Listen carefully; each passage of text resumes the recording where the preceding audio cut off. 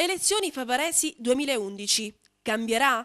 Questo è il titolo di una poesia del professor Giuseppe Valenti, uomo da sempre impegnato nella cultura e nel teatro. Lo stesso si è già attivato e prossimamente lo rivedremo in scena assieme alla sua compagnia teatrale.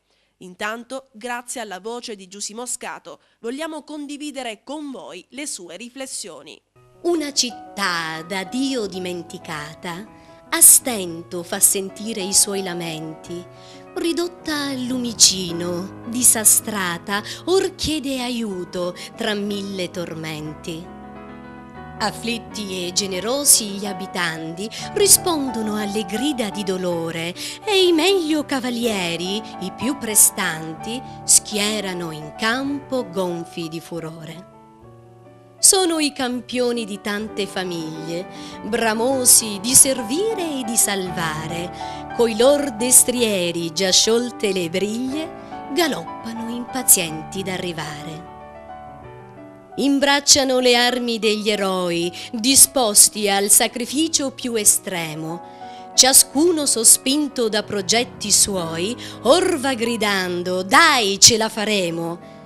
Ma vinceranno e saranno felici solo coloro che avranno il supporto d'una gran folla di parenti e amici. Agli altri rimarrà solo sconforto.